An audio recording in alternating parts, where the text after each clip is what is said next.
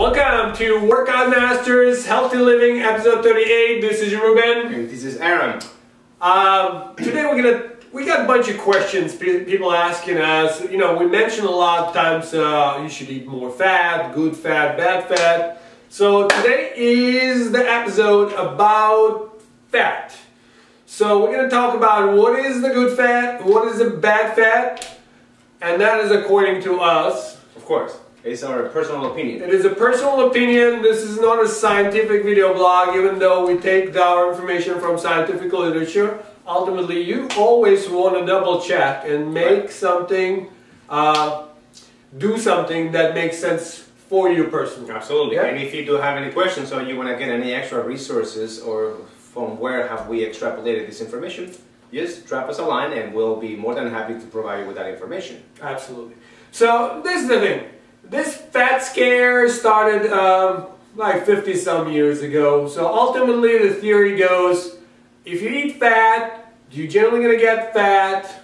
So we start eating less fat. That's what you go and see in supermarkets. You see a lot of fat-free products, 2%, 3%, 3.25%, and all kinds of things like that. And then ultimately, I'm trying to have a straight face. So ultimately what we end up having, we have a bunch of garbage on the market. Yeah. And people are getting fatter and fatter and fatter. And let's use some common sense to this. And then, you know, like, I don't really want to go into details of, like, you know, this is the kind of fat, the carbons and other things like that. Right. Let's talk about, you know, what makes sense to you. That kind of information does not provide any type of... Yeah, if you want to read something scientific information on like a dry chemical stuff, you just get a book and you read it. We're just going to talk in the human terms. Right, so basically, going back to basics. What we think about what makes a good fat or a bad fat. The number one thing is that fat of a quality enough or of a certain substance that when you actually put it under heat, is it going to go rancid or is it going to remain pretty much stable?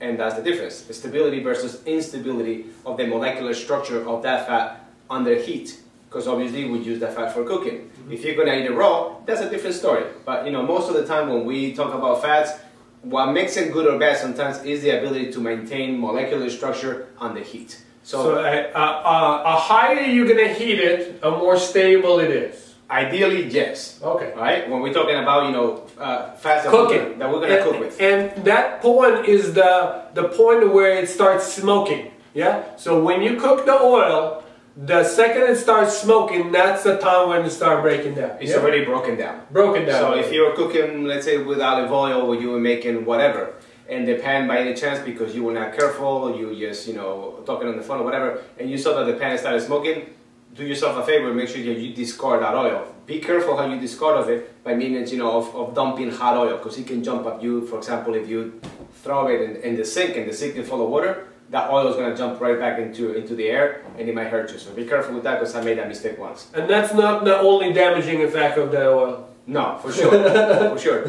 But the other, you know, so we're looking at fats that are very stable under a lot of heat.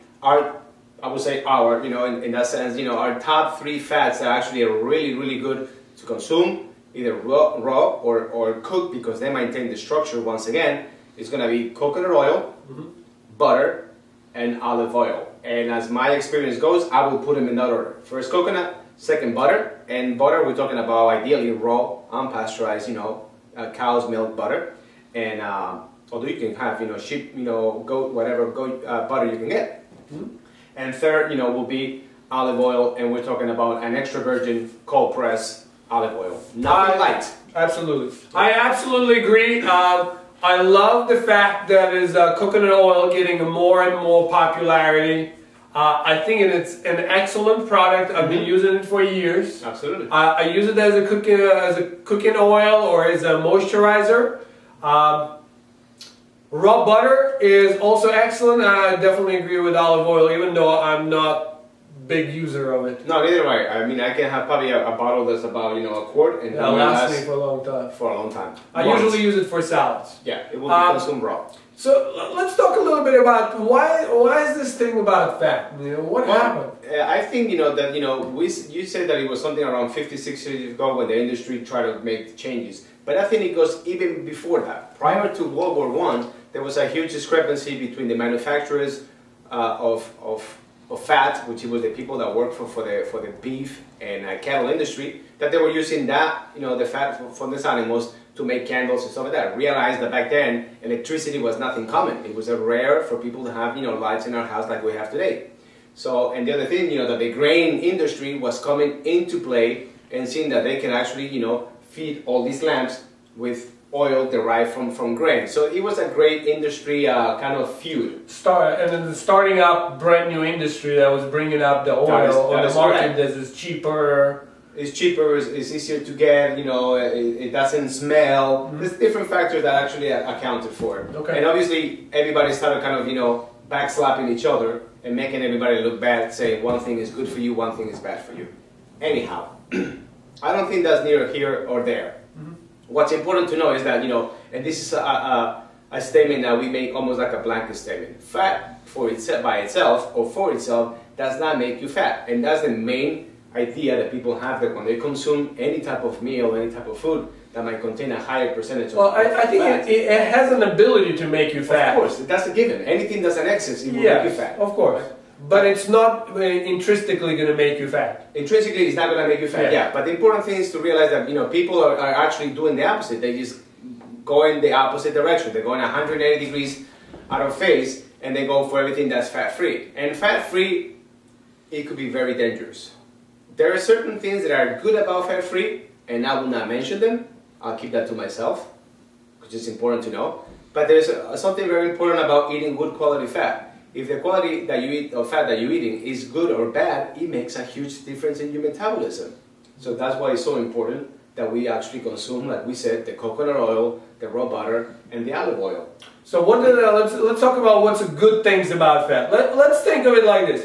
If we want to think clearly, we must eat some saturated fat, because ultimately about 50% of your brain made out of fat. It's made out of saturated fat. Yeah. Absolutely. So if we have any lack of saturated fat coming in, then we cannot think clearly, and this is obviously what's happening today. Is a lot of people not thinking clearly and keep consuming something that does not really work for their body. Yeah? I'll tell you something else that might be very important to you, especially for those people working out that have an interest for building muscle. If you don't eat any saturated fat, or very, very low saturated fat, there's no way in hell that you metabolize the protein that you're eating. And that's why I tell all the time people, because you're eating all these protein shakes and all this stuff, where is the saturated fat in that protein shake? And all proudly they said, oh, this is fat-free, it has no fat. I said, well, good luck to you trying to metabolize that, because it's not going to happen. In the absence of a saturated fat, protein is going to be hardly digested. Hardly digested. Which is absolutely correct. A lot of times, if you guys want to read a good information, Weston A. Price is excellent organization, talking a lot about traditional ways of cooking, traditional fats and things like that. So if you go to westonaprice.org, you'll find a lot of excellent articles. I highly recommend you just join the organization. Absolutely. $40 a year, you'll get quarterly magazines. They're packed with excellent information. Absolutely. Those quarterly magazines, they're fantastic. The quality, the amount of information that they provide, and the quality and the advanced research that they do into the subjects that they deal with, you don't find that really anywhere else. And for $40 a year, I think is a bargain. Yeah. So your brain made out of fat. Pretty much all your cells covered, your cell membranes are built out of saturated fat.